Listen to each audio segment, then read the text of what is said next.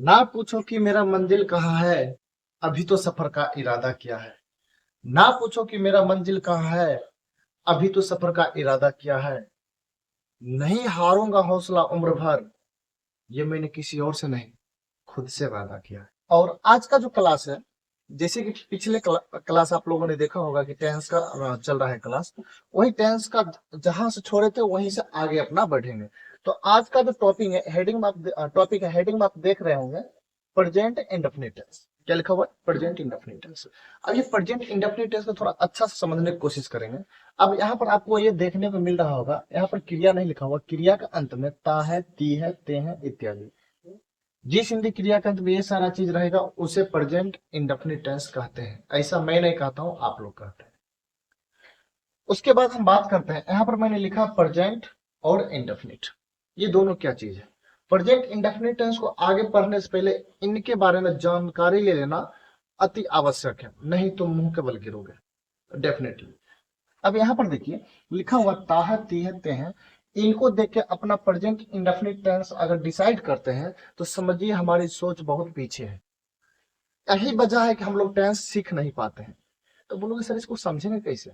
बिल्कुल, इनका नाम देखिए, प्रेजेंट इंडेफिनिट टेंस, जैसा इसका नाम है वैसा इसका काम ढूंढिए, वही तो प्रेजेंट इंडेफिनिट टेंस है। चलिए यहाँ देखिए, यहाँ मैंने क्या लिखा? प्रेजेंट। क्या लिखा? प्रेजेंट। और आप लोग जानते हैं ये प्रेजेंट है ना, अपना टाइम है। क्या है? टाइम। प्रेजेंट टाइम सबको पता है, सब हर कोई स्टूडेंट बता देता सर ये प्रेजेंट है। अगर मैं बोल रहा हूँ मैं पढ़ा रहा हूँ तो आप लोग बोल देते हैं ये प्रेजेंट में है। वे लोग खा चुके हैं तो ये भी बोल देते आप लोग कि ये कि प्रेजेंट में है। अगर मैं ऐसा बोलूंगा कि वे लोग पढ़ते हैं तो बोलोगे ये भी प्रेजेंट में। आखिर आप लोगों को प्रेजेंट पता ही है। बात रह गया इंडेफिनिट की, किसकी बात रह गई? इंडेफिनिट। देखिए, इंडेफिनिट से पहले डेफिनेट का हिंदी आप लोग को पता होगा, निश्चित होता है। क्या होता है? निश्चित। तो इंडेफिनिट का हिंदी क्या हो जाएगा? अनिश्चित। क्या हो जाएगा? अनिश्चित। अब ये अनिश्चित क्या है? ये नाम आखिर आया कहां से? ये एक एक्शन का नाम है। किसका नाम है? एक्शन का नाम। याद रखिएगा, एक्शन नहीं समझते हैं तो वर्क समझते हैं, वर्क नहीं समझते हैं तो काम समझते हैं। वही काम का नाम है, एक्शन का नाम है।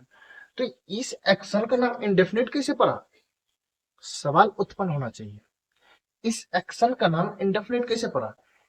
तो जरूर ऐसा कुछ इसमें बात होगा जो अनिश्चित वाली बात होगी। कैसी बात होगी? अनिश्चित वाली। अनिश्चित वाली बात क्या है कि वैसा काम जब कोई काम होता है तो पहली बात तो यह है कि उसमें समय लगता है, यानी कि टाइम लगता है। क्या लगता है? टाइम लगेगा। चाहे प्रेजेंट का टाइम हो या पास्ट टाइम हो या फ्यूचर टाइम हो, तीनों टाइम में इसको एक टाइम लगेगा, लगेगा ही लगेगा, तभी वो टेंस बनेगा, अदरवाइज टेंस नहीं कहलाएगा। जैसे कि मैंने पिछले वीडियो में मैंने सेटिस्फाइड कराया था आप लोगों को। अब यहाँ पर देखिए, यहाँ पर आपको देखने को मिल क्या रहा है, ये जो इंडेफिनिट है, इंडेफिनिट ऐसा एक्शन जिसका समय अनिश्चित रहता है। समय अनिश्चित मतलब क्या? समय नहीं रहेगा, समय तो होगा, एक काम है तो समय होगा, लेकिन किस समय काम होगा वो पता नहीं चलेगा हम लोगों को। समझ में आ रहा है? यानी कि वो पता नहीं चलेगा। जैसे मैं अभी बोल रहा हूँ मैं पढ़ा रहा हूँ, प्रेजेंट में पढ़ा रहा हूँ, लेकिन आपको समय पता चला कि अभी पढ़ा रहे, चल रहा है ना? बता। अगर मैंने बोला मैं भी थोड़ा देर नाश्ता कर गया, मैंने बोला मैंने नाश्ता कर लिया, मैं नाश्ता कर लिया हूँ, भले प्रेजेंट में, लेकिन आपको पता चल गया कि सर अभी अभी नाश्ता किए। लेकिन अगर मैं ऐसा बोलूंगा कि मैं नाश्ता करता हूँ, अगर मैंने बोला मैं नाश्ता करता हूँ, क्या मैं अभी नाश्ता कर रहा हूँ? आपको पता चल रहा है? क्या अभी अभी मैंने कर लिया? तो वो कर लिया तो चला जाएगा परफेक्ट में। लेकिन मैं नाश्ता करता हूँ, क्या इसमें आपको समय का पता चल रहा है? नहीं चल रहा है। कैसे नहीं चल रहा बताओ? मैं नाश्ता करता हूँ, अभी आपको दिख रहा है नाश्ता करते हुए? नहीं नहीं दिख रहा है, अभी तो मैं पढ़ा रहा हूँ। बल्कि मैं बता रहा हूं। तो ऐसा ऐसा सेंटेंस जिसको हम लोग बताते हैं, अपने काम के बारे में बताते हैं, किसी और के काम के बारे में बताते हैं, तो वो सारा सेंटेंस हमारा ये प्रेजेंट इंडेफिनिट टेंस होता है। कौन सा टेंस? Present indefinite tense. अब यहाँ पर देखिए, लिखा हुआ वह किताब पढ़ता है। क्या लिखा हुआ? वह किताब पढ़ता है। तो इसका मतलब ये नहीं कि वह जो है ना अभी किताब पढ़ रहा है। अगर अभी किताब पढ़ रहा है तो उनको बोलेंगे वह किताब पढ़ रहा है, ऐसे बोलेंगे। समझे? उसको कैसे बोलेंगे? वह किताब पढ़ रहा है। अगर इस सेंटेंस का मतलब है क्या, सवाल तो ये उत्पन्न होनी चाहिए। वह किताब पढ़ता है मतलब ये बताने की कोशिश कर रहे हैं, उसका हैबिट बता रहे हैं, उसका रेगुलर एक्शन बता रहे हैं कि हाँ वो किताब भी अब पढ़ता है, यानी कि डेली डेली वो किताब पढ़ता है। ये वन टाइम एक्शन नहीं होता है, ये रिपीटेड एक्शन है सारा। कैसा एक्शन है? Repeated action. रिपीटेड एक्शन कैसे? जैसे कि डेली आप लोग ब्रश करते हो ना, करते हो ना, हाँ, वो रिपीटेड एक्शन है। कौन सा एक्शन है? Repeated action. अब डेली स्कूल जाते हो, डेली स्कूल जाते हो तो किसी को क्या बोलते हो? मैं स्कूल जाता हूँ।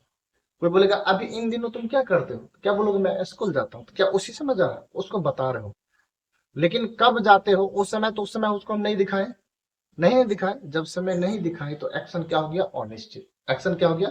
अनिश्चित। जब एक्शन अनिश्चित होगा तो वैसे एक्शन को इंडेफिनिट एक्शन कहा जाता है। कौन सा एक्शन कहा जाता है? इंडेफिनिट। अगर ये इंडेफिनिट एक्शन होगा तो टाइम लगेगा। क्या लगेगा? टाइम। अगर इंडेफिनिट एक्शन प्रेजेंट में हो रहा है तो समझ लीजिए प्रेजेंट इंडेफिनिट, सिंपल सी बात है, ऐसे करके पहचानना है। तो इसीलिए इसका नाम पड़ गया प्रेजेंट इंडेफिनिट। और टेंस कहां से आ गया बाबू? इसको भी तरह प्रूव कर दो। टेंस देखिए, टाइम और एक्शन जब दोनों का संयोजन होता है तो यही दोनों मिलकर के क्या बनता है? टेंस।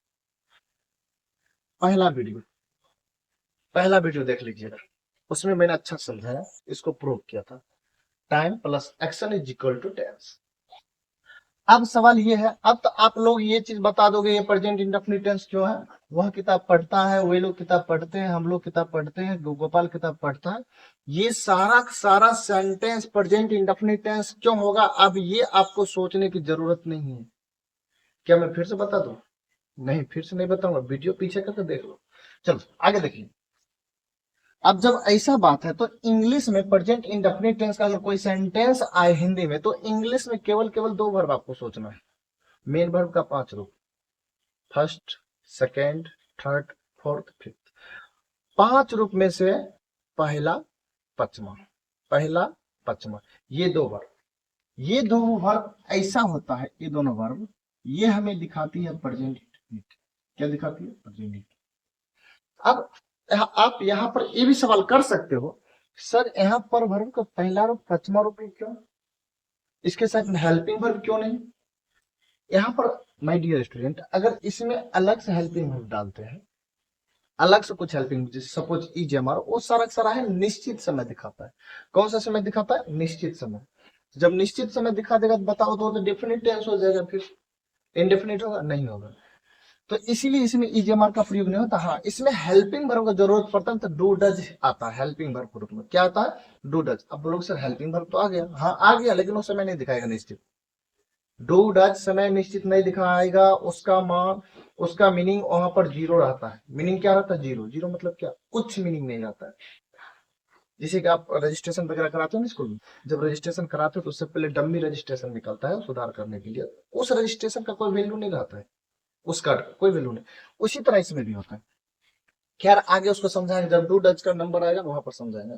फिलहाल इतना समझ लीजिए। अब यहाँ पर दो वर्ग है, पहला रूप या पचमा रूप। ये पहला रूप पचमा रूप क्या है?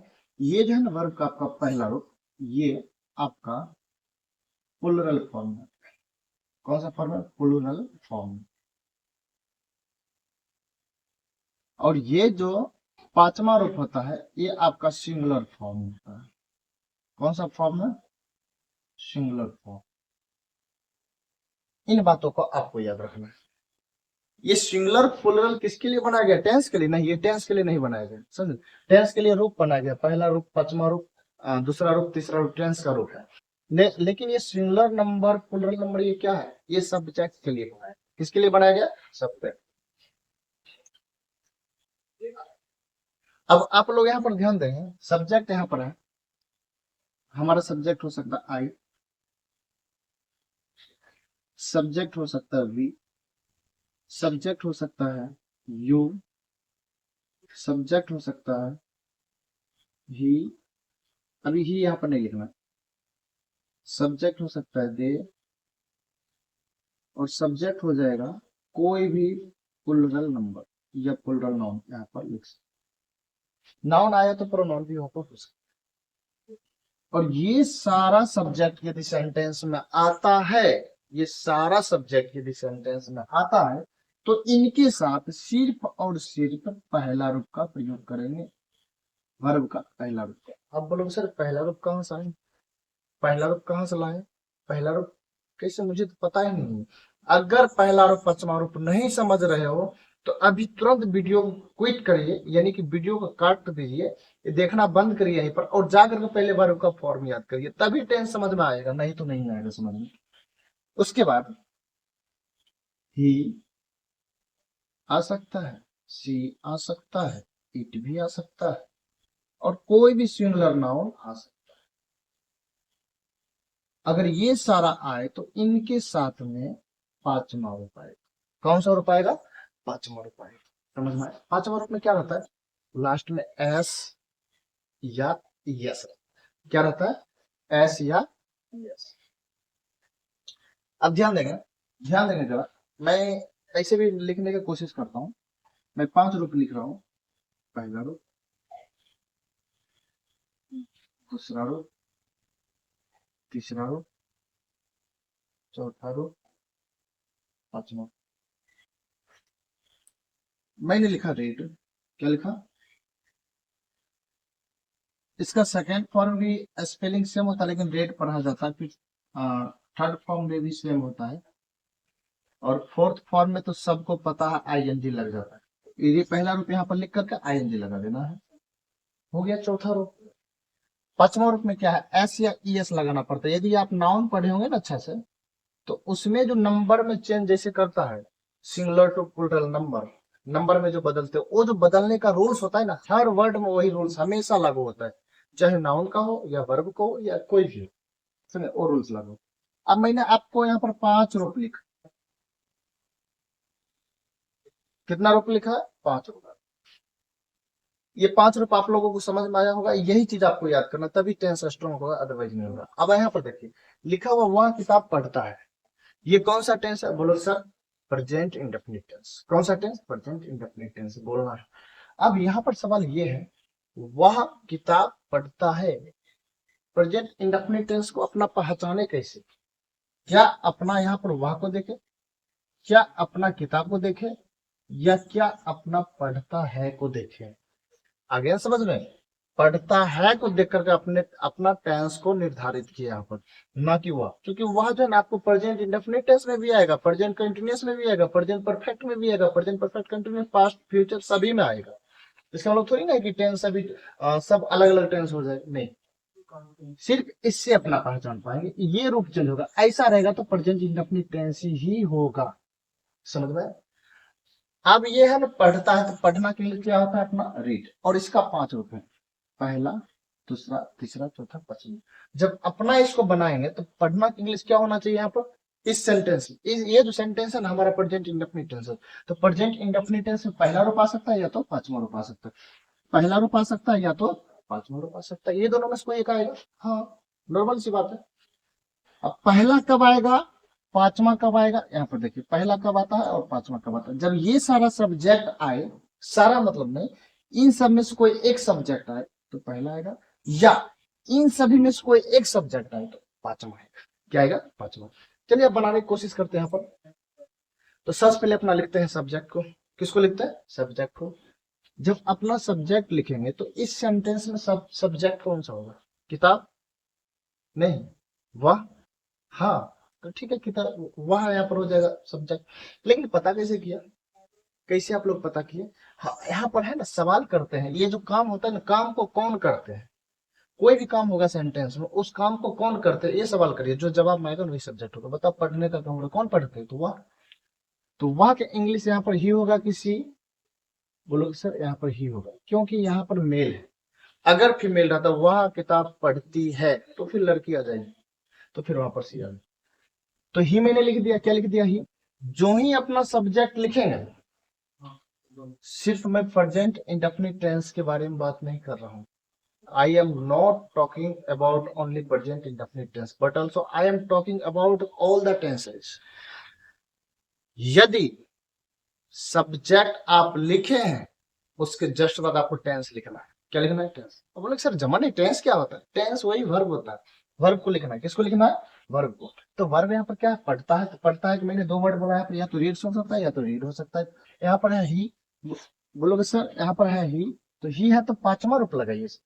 तो रीड्स उठा के वहां पर टपका दो। मैं ये लगा दिया, रीड्स। हो गया। तो वह का हो गया, पढ़ता हो गया, बच गया है किताब। क्या बच गया? किताब। बताइए, किताब यहाँ सिंगुलर है कि प्लुरल है? बोलो सर ये सिंगुलर है। जब भी कोई नाउन सिंगुलर रहेगा तो उसके पहले ए या एन साउंड के अनुसार साउंड को देखते हुए ए या एन लगा के ही लिखना है। तो यहाँ पर आएगा बुक, तो ए बुक। अब बोलो सर यहाँ पर ए क्यों आया, मैं यहाँ पर बताने वाला नहीं। क्यों? क्योंकि ए एन द आर्टिकल का पार्ट है और ये बहुत बड़ा टॉपिक है अपने आप में। जब आर्टिकल पढ़ाएंगे तो वहां पर इसको अच्छा समझा देंगे, ठीक है। उसके बाद देखिए, ये जो सेंटेंस देखने को मिल रहा है, वे लोग किताब पढ़ते हैं, आप लोग अब खुद बना देंगे, मुझे विश्वास है। पहले सब्जेक्ट लिखेंगे, सब्जेक्ट क्या है, वे लोग का इंग्लिश यहाँ पढ़ते हैं। जब सब्जेक्ट हो गया तो उसके बाद क्या लिखना है, टेंस लिखना है। तो टेंस इसमें क्या है, पढ़ते हैं। टेंस क्या, पढ़ते हैं। तो पढ़ना की इंग्लिश वही, या तो ये। हाँ, अब सब्जेक्ट है दे, अगर सब्जेक्ट दे है तो पहला रूप यानी कि रीड यहाँ पर हो जाएगा। तो यहाँ पर आपको लिखना है रीड, ऐसे नहीं लगाना है, क्या लिखना है, रीड। तो वे लोग लिख दिए और ये पढ़ते हैं, बच क्या गया, किताब। जब किताब बताए ना सिंगुलर, अब ये सोच वे लोग है तो ज्यादा किताब नहीं पढ़ेंगे, लेकिन पढ़ेंगे एक एक किताब, समझे, याद रखिए, बुक। अब नंबर 3 का जो सेंटेंस है, स्टेटमेंट है, यहाँ पर लिखा हुआ है हम लोग किताब पढ़ते हैं। क्या लिखा हुआ है, हम लोग किताब पढ़ते हैं। तो हम लोग का क्या हो जाएगा यहाँ पर, वी। क्या होगा, वी। अब पढ़ते हैं क्या, अब बोलोगे सर या तो पांचवा होगा या तो पहला होगा। तो सब्जेक्ट हमारा है वी, तो वी देखिए यहाँ पर है तो पहला रूप हमारा क्या होगा, रीड। मैंने लिख दिया रीड। अब बच गया किताब, किताब क्या लिखेंगे, बुक। अरे इतना आसान है, इतना आसान है, मैंने इसका स्ट्रक्चर भी नहीं लिखा है। उसके बाद देखिए, गोपाल किताब पढ़ता है, क्या लिखा हुआ है, गोपाल किताब पढ़ता है। अब गोपाल किताब पढ़ता है तो अपना क्या करेंगे, बना देंगे, और क्या करेंगे, लिखेंगे गोपाल।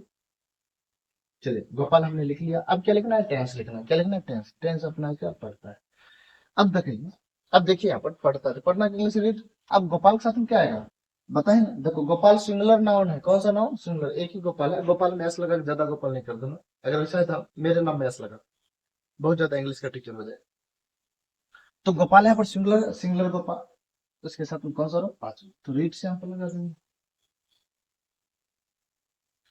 रीड से। अब क्या बचा, बोलोगे सर वही बात फिर बुक बचा है, तो ए बुक। मुझे उम्मीद है आप लोगों की ये सारा सरल सेंटेंस जितना है, सिंपल सिंपल सेंटेंस है, आप लोगों से डेफिनेटली बना देगा। दिक्कत क्या करेगा, सिर्फ टेंस आपको दिक्कत करेगा, बाकी ये सब कहे कभी दिक्कत नहीं करेगा। मैं, तुम, वह, वे लोग, हम लोग, राम श्याम गोपाल, ये सब आते रहेगा। तो उसके बाद हमको जो टेंस लिखना होता है वहां दिक्कत होगा। अगर आप लोग वर्ब का पांचों रूप याद कर लेते हैं तो मैं गारंटी देता हूँ टेंस आपके अंदर होगा, टेंस आपके अंदर, समझ में आया? आप इसका जो है ना थोड़ा सा स्ट्रक्चर लिख लेंगे तो बेहतर रहेगा। क्या लिख लेंगे, स्ट्रक्चर। मैं यहाँ पे लिखने की कोशिश करता हूँ, आप लोग इसको नोट करें।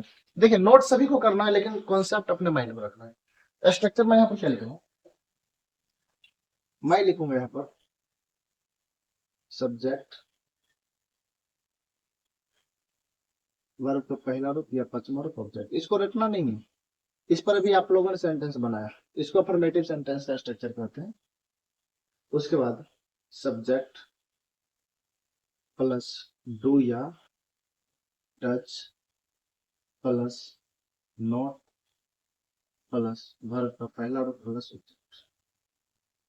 अब यहाँ पर पहला रूप आया डू या डच, डू या Dutch plus subject plus verb का पहला रूप प्लस क्या हो जाएगा, ऑब्जेक्ट, प्रश्नवाचक लगा देना।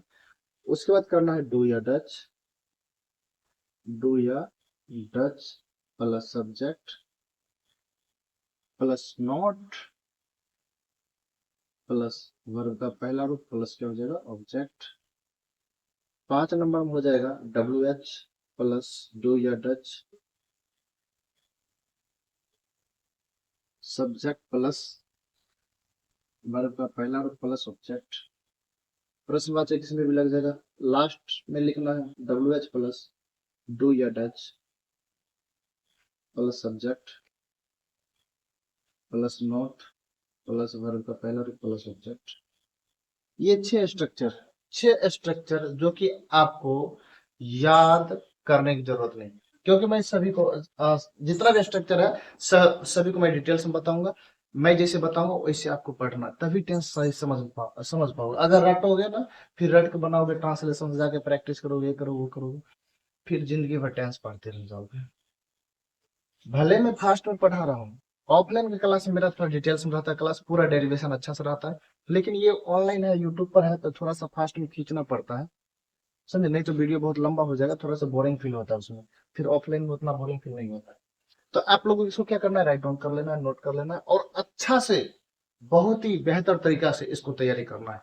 इसको प्रेजेंट इंडेफिनिट टेंस को अपना बहुत ही अच्छा से कवर करेंगे, अच्छा से पढ़ेंगे, जो कि हमें क्लास 9 से लेकर के 12 तक, यानी कि बिहार बोर्ड के एग्जाम में मामूली सी बात है इसका जवाब देना।